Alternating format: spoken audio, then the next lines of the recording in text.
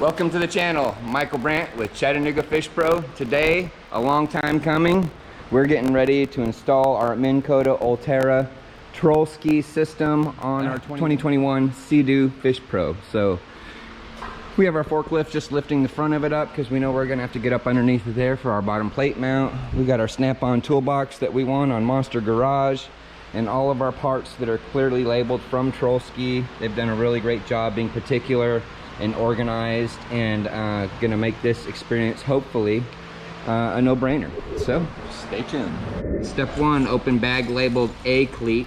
Here we got this here. Or screw the springs in the bag onto the U-bolts and place them through the holes of the side of the cleats. So we haven't opened the cleats yet, but we do have here the springs. So it's showing us to take the nuts off.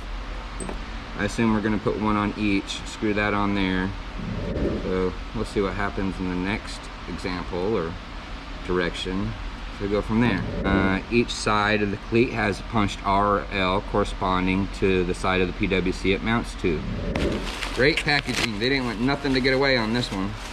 So there's one side cleat. We're gonna open this other side cleat to see if there's a left or a right side. So I think that the angle of the TIG welded on base would be different. So we got to figure out which side's right and which side's left. Okay, so we've determined that this one has an up and a right side. So if we bring it over here to the ski, it's going to fit right in that pocket just perfect. So that way we have the right angle here for the tube that's going to mount onto the right angle here for the tube that's going to mount on it later. Pretty impressed. I've never screwed a spring to any kind of hardware, but this is really going to give us a good way to hold on to it and put it in there. Just lay it in there over the top, spin it. Those can hang there like that. Make sure that you have up and to the right, and then we can simply thread it through these. Gives us something to hold on to. And you can wiggle them around. You can see it popped out there and there. And we're just gonna get two nuts started on here. And then we'll be able to screw the other ones off one at a time, probably. If I hold this real carefully and screw the spring off, I have enough thread sticking out there to get, hopefully, come on. Oh yeah, look at that, to get that one started. I'm gonna hold that there, take this spring here off, thread it off, and then grab my nut and get it started here as well. So pretty nice secure area of the jet ski. Get it centered in there. These are locking nuts, so I can only get them down so far, then I can tighten those down. A lot of thought and effort has gone into this. We have our holes here on the back side. I think that was actually two pieces that they weld together and clean, so that once those nuts are on there, there's a dimple and an area for those to be hanging out, so we still sit flush here. So pretty rad. Snug these up evenly. These are 7/16 nuts. I can already tell and feel it getting really firm. It's going to be a really strong mounting point here. I want to make sure that I have enough equal threaded area on each nut here. I don't want to do too much, but I want to go enough to where I know it's not going to get loose. Just kind of feel the tightness here. That's more than enough. Alright, so we're ready to put this part on. Simply goes over our existing nuts. The hardware is provided in the kit. So we moved up to 1/2 inch hardware, so you need a 1/2 inch wrench for this part. Okay, we got those started and tightened down. Make sure on your hardware that you put the lock washer under the bolt head and then the flat washer. That's nice and secure. Boy, that's strong. There's absolutely zero movement there. Set all this hardware right there for now. You can see this was my previous anchoring system. It was simply a carabiner that slid through there. I'd pull my rope through here, and then we had a lock right there. But I'd have to run the rope over to here and stack my anchor right in this area, which took up space for my feet. And it wasn't very safe in moving water. You throw it out, it'd get stuck, it'd jerk the ski, it'd fill the whole side gunnel well up with water. And then, you know, trying to, if you got a big fish and you need to unanchor and chase that fish down, you know, I had to cut 2 or 3 different anchor lines just to go get the fish. I lost the anchor, so Troll Skii, a much better solution. Repeat the process on this side. Drape these over the top like little candy canes. That piece goes on through the hole, grab a hold of them, cinch them up. You can see that I've already made a mistake. It's got to go on the top there so that angle is proper and fits in there. There we go. Those are both started. Now I'll grab my hardware to put on there. Two of these nuts. I'll get all four of these nuts actually.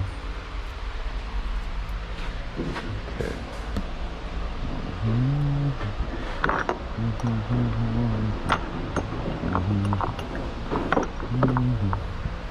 This is so smart. I can only imagine trying to figure out how to hold that while you're getting those nuts started. We simply repeated this side, same process as the last side.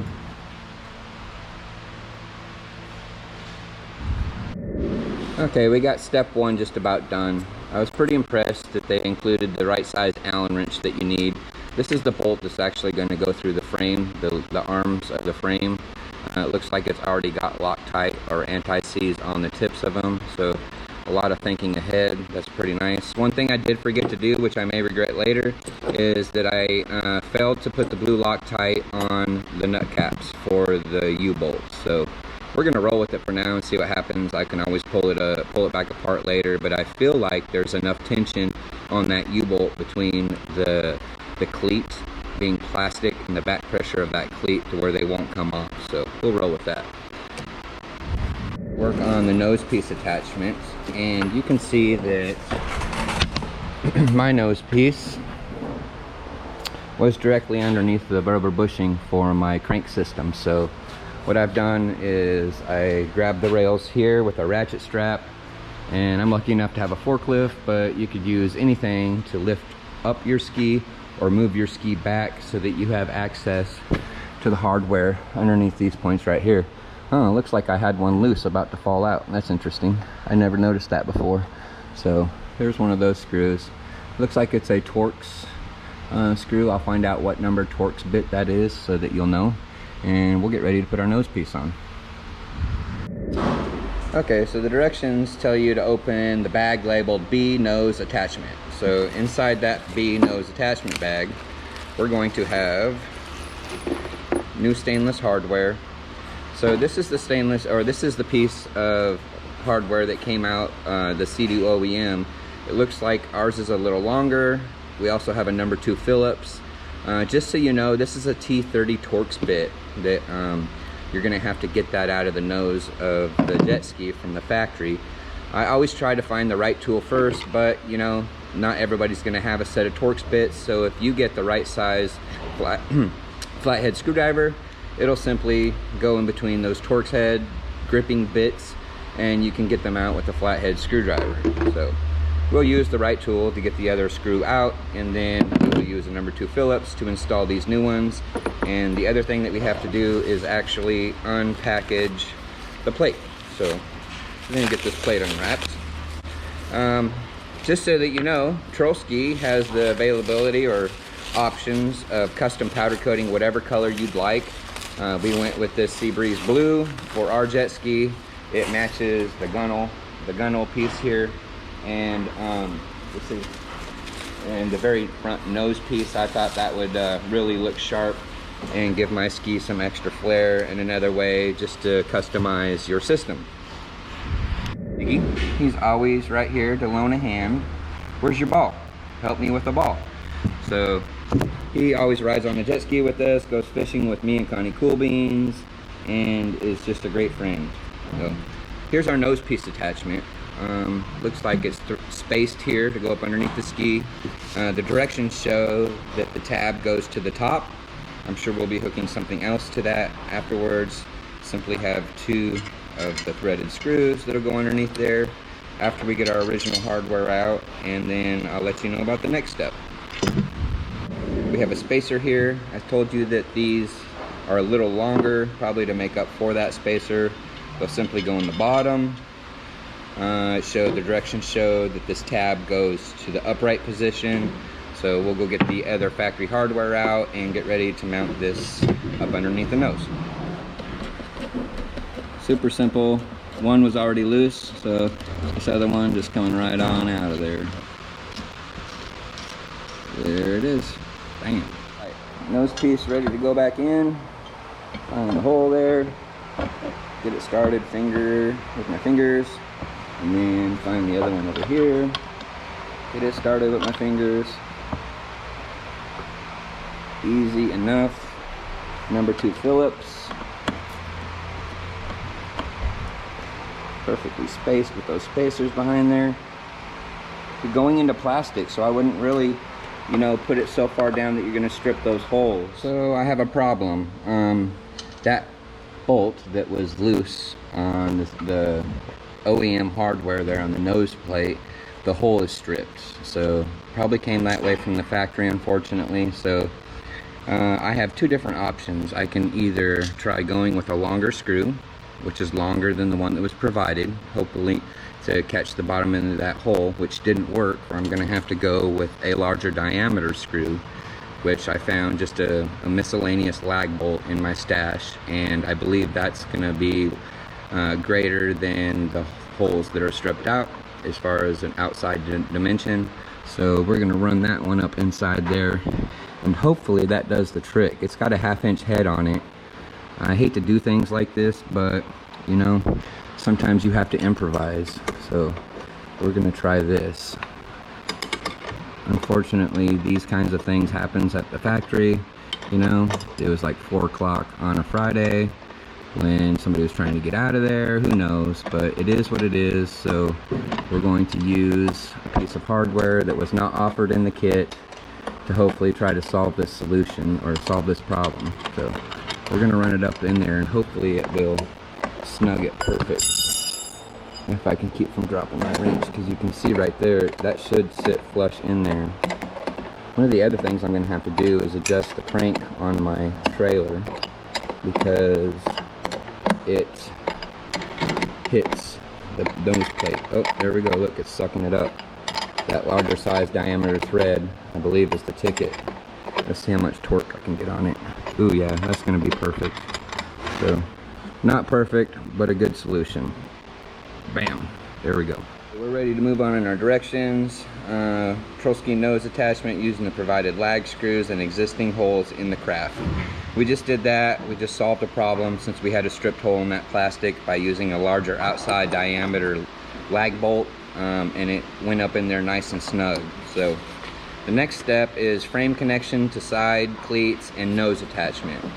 Inside the nose attachment plate also you'll find this small bracket that will attach from the nose attachment to somewhere up on the frame. I'm not sure yet, but the next step is to take and use the hardware that was provided in the first pouch. I put them here just so I wouldn't lose them. We're going to put our frame on and bolt these through there. Okay, since we have a really tight clearance right here, we're going to have to do some adjusting on our tower that holds the crank and the stopper. For the meantime, I let go of it with the forklift, took the straps off, and have ported it up there with a 2x4 so that I have the room to go ahead and put the frame over the nose and onto the side where it belongs. Alright, so we got our frame coming in hot and heavy, and then we're going to simply put our bolts through there.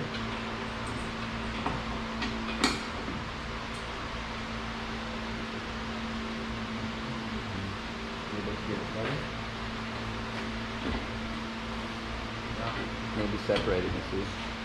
There you go. Started? Okay. So I believe mine started. Yeah. Run it in a little bit. I'm not going to get real tight with it yet.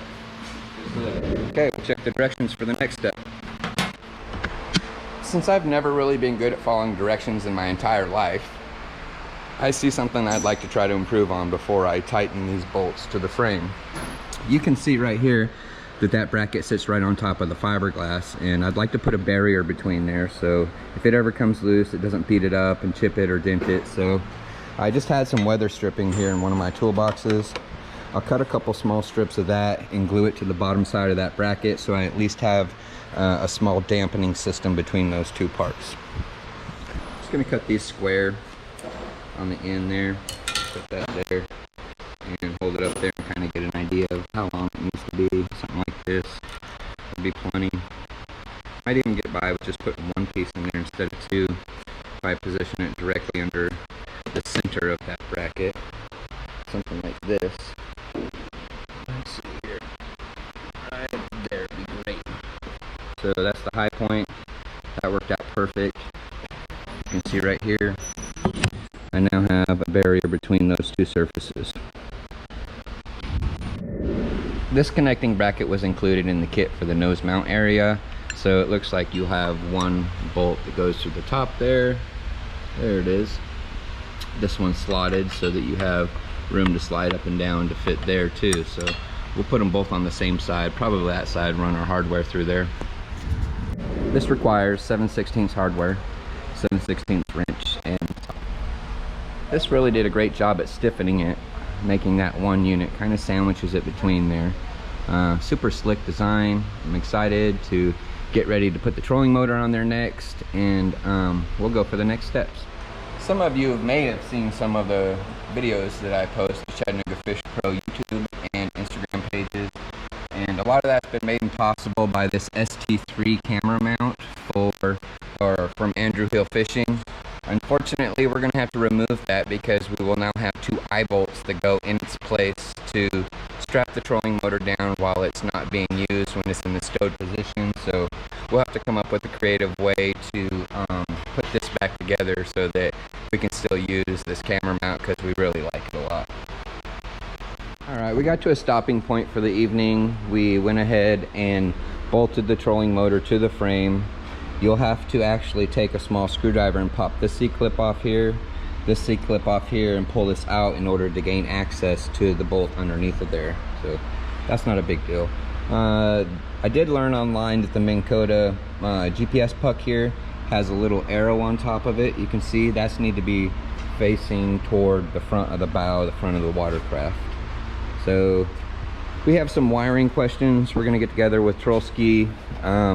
This cover here is removable, so I went ahead and ran the trolling motor skis right through this cover. I simply drilled a hole right there. That's going to be a nice way to hold all those wires out of position. I'll show you what it looks like with the cover. Once that cover's back on, just slides on. It's got two slide-on pivot pins down there and slides back this way. That's a really nice connection. Good place for all the wires to go hang out. We're going to have to temporarily install power to the trolling system so that we can get it down out of the way, to lift up the handlebars, to remove the storage container bin so that we can actually run our long power cable all the way through the ski and back up to the area of the cooler. One of the other things that I did so that I had full access to inside the hole is remove this top plate. It looks like 1, 2, 3, 4, 5 on each side, and then 3 around the center pole position here. I'll just stack my hardware right there so that we can get back to put them back together after we get our wiring ran.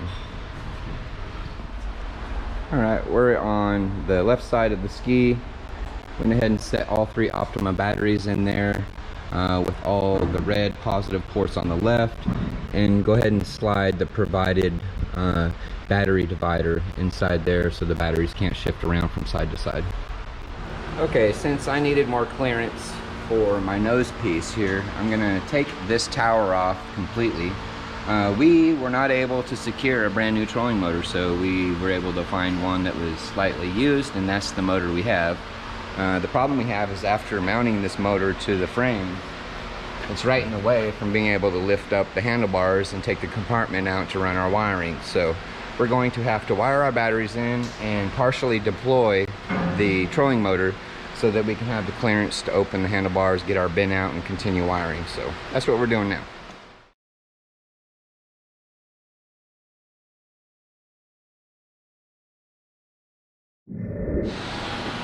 Alright, time to tie these batteries together in a series to make it 36 volt. Independently they are 12. So by putting these jumpers from positive to negative and positive to negative, that will ultimately give all 3 of these batteries the ability to become one big 36 volt battery. So I'm going to start right here. Over here, positive to negative. Alright, and then we can kind of figure out how we want to lay those. Get these started on here.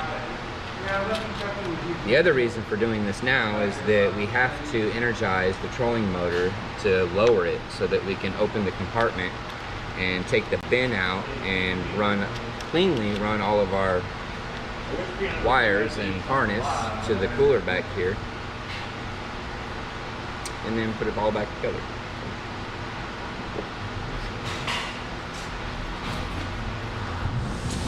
Okay, so a new factory Minn Kota trolling motor would have the matching eyelets on the motor side.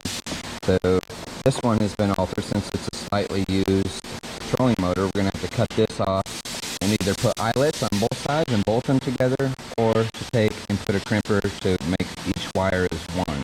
So I'm not sure how we're going to do it yet. We're going to see what size electrical connectors we have. Might do butt connectors and just recrimp those and make that all one piece, because we don't plan on taking our trolling motor off. It's always stored inside, and it's a real bear to get on and off. So I think that I'm going to take the chance and just play it like it's going to be more hassle than it's worth to get this trolling motor off if we're out at an overnight event or something. That's going to be your... We now have a wiring game plan. Included in the kit is this pigtail here. Get a nice shot of that. We're going to use 1/2 of it, cut it here, and then wire these into the end of the pigtail. That way, if I ever do have to do any maintenance on the motor and stuff, at least I can take that apart by untaping it. So then our wiring harness is going to run all the way through the ski. Accompanied with that are the control wires for the puck. Going to run all the way through the ski. Back here, I'm going to drill a hole for this mount right here, right just inside the tail end of the hole there. I'm going to cut this rubber mat back and drill and put that there. Then those wires will come behind the rod holder here to another port. We'll put this other port right here through the cooler.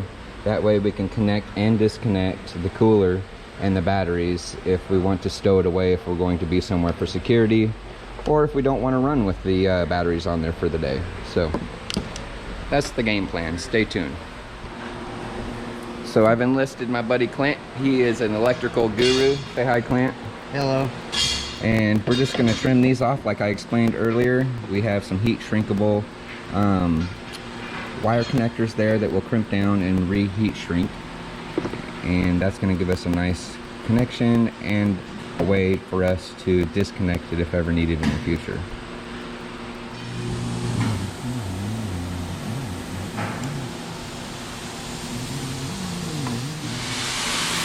Just slid on a piece of heat shrink.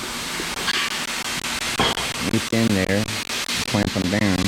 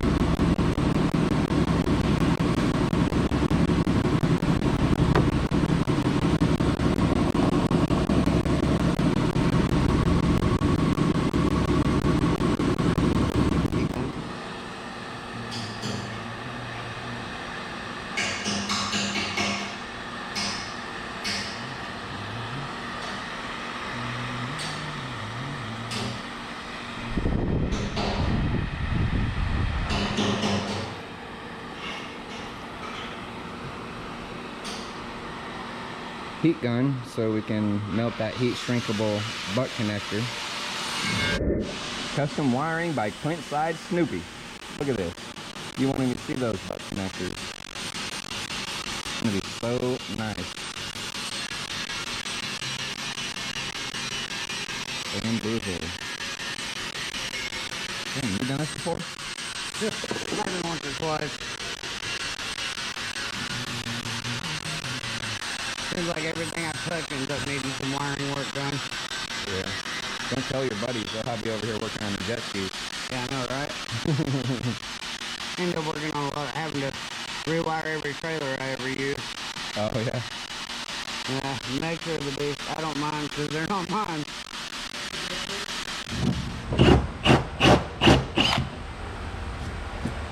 So nervous drilling a hole in my brand new jet ski, but it's got to be done. So we want just 0.9, a little more. That might be 1 inch. That is 7/8, so we can go all the way with this. Okay. That's a sharp bit. All right, that might fit down in there now. One sharp bit.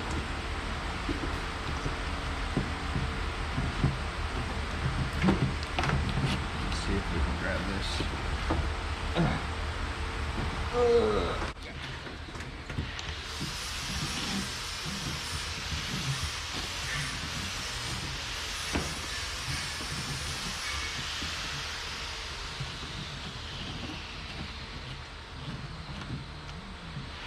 Screen went blank.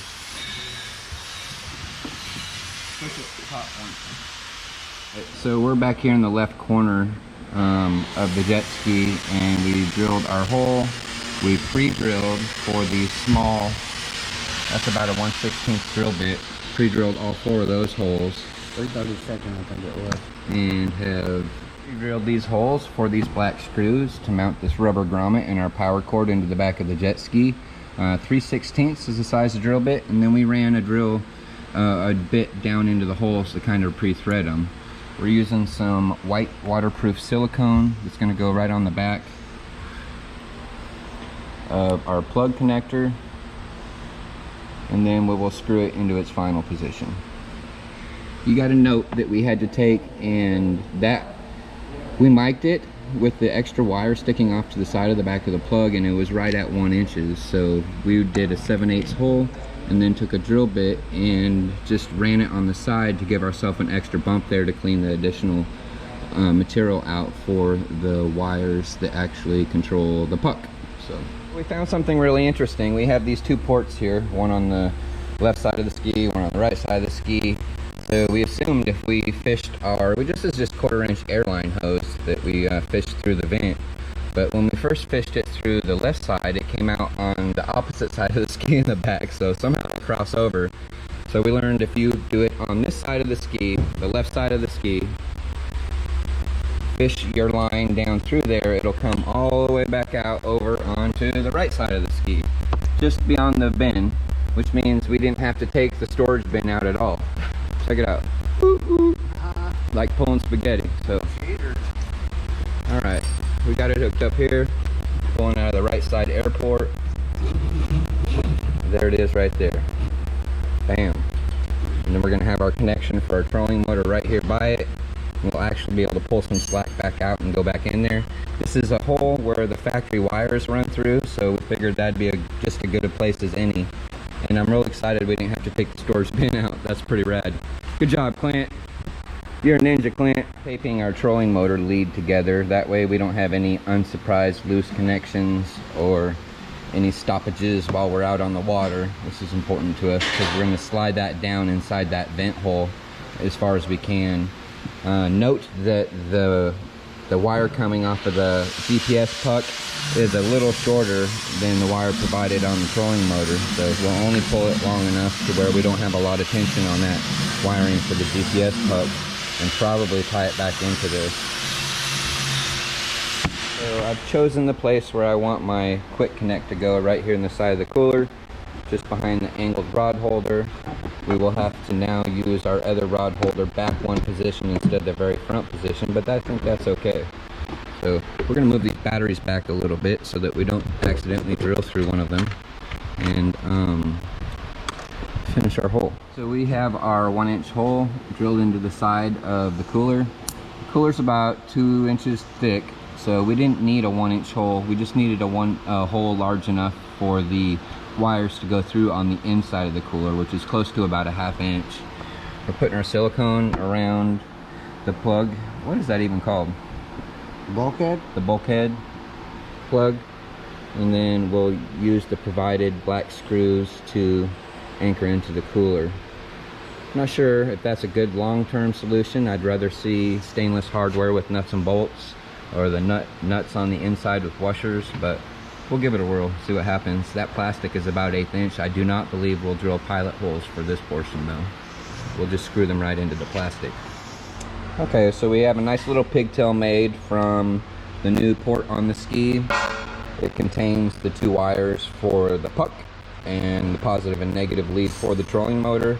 And it comes all the way up here where we installed our secondary plug that comes through, and we're down to wiring just those inlets onto the batteries. One of the other things we have to still do is figure out how and where we want to mount our 60 amp breaker, wherever that is. It's around here somewhere. There it is over there on the table. So, coming together nicely. Looking forward to trying this out for sure. Okay, so we've chosen to put our 60 amp resettable fuse right here on the inside of the cooler.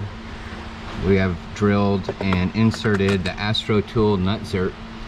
This is the nut zert we're going to use. We already got one installed, bolted it up there and marked our other hole, so we'll put it on the tool here. It's got one already rigged up. You can see it there on the tool. This is an amazing tool, and we'll see if we can't slide it in that hole, and then we'll crank down on that with the little crescent wrench or 1/4 inch wrench, whatever size it is, until it expands on the back side, and then we have permanent mounting for our 60 amp breaker. Got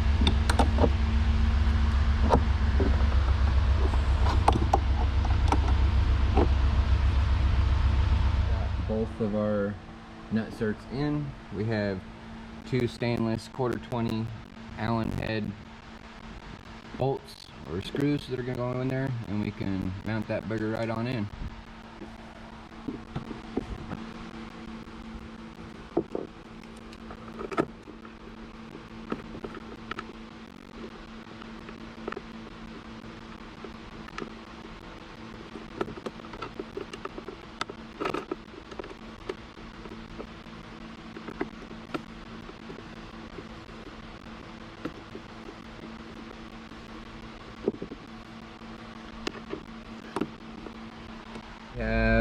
We have our power wire coming in from where it plugs into the back of the ski, and then this is our resettable fuse, and then the wire will be coming out here going to our first positive post. So that way, if the amperage spikes past 60 amps in this circuit, it'll flip the breaker and save you some headache.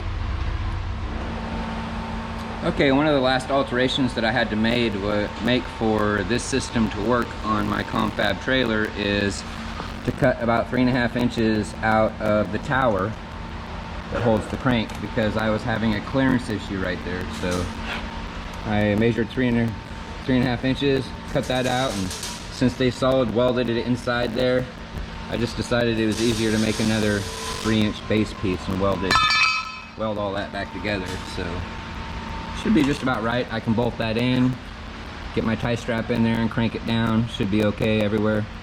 And believe it or not, we're just about ready to go test this on the lake.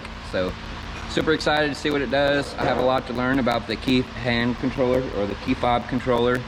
I've been reading a little bit on the website from Minn, and we're gonna go give her hell. Stay tuned. So tell me this, when you go get the truck. Yeah, I'm gonna try it right now. Okay. So when I go get the truck, right, I can take and just turn it all the way around. Stay. And then I'm gonna send it out there. Okay. So when I park the boat, I drop it off the trailer. Stay on the boat. Jiggy does not understand why he's leaving. And you're not with him. Say it's like right there, right? And Right. I push anchor, and it's gonna keep it right there. So you anchoring it right there. Yep, GPS anchor. GPS anchor, it spot locks it. Yep. And it's not going to go anywhere. It's not gonna go nowhere. Even though there's a current. Even though there's a current, it's gonna keep it right there. Okay, got it. And then you can go get the truck bring the truck here, and then remote control that sucker all the way over to the trailer. So park the truck and walk down to the dock like this, and the jet ski could be over there. And then I can drive it back to me.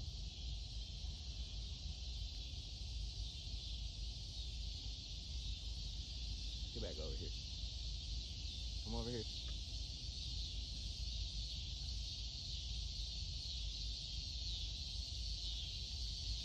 Tiggy, you can use the Sea-Doo by yourself. Tiggy, you're a good driver. You don't even need Daddy to Sea-Doo. And then when I get close, I can turn it like this.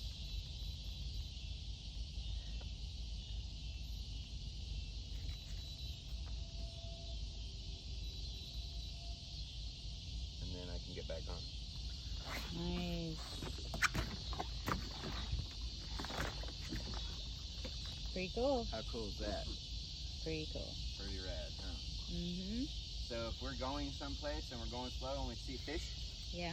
we spot lock and Yeah. we'll be right on top of them. Or if we're at the dam where there's At a the dam crazy where there's moving current, Yep. we can spot lock it and stay in one spot. And then if we want to take off real quick, we just push that button. Oh shit. How cool is that? And we're ready to fly. Mm-hmm. See ya, I'm out of here. Awesome.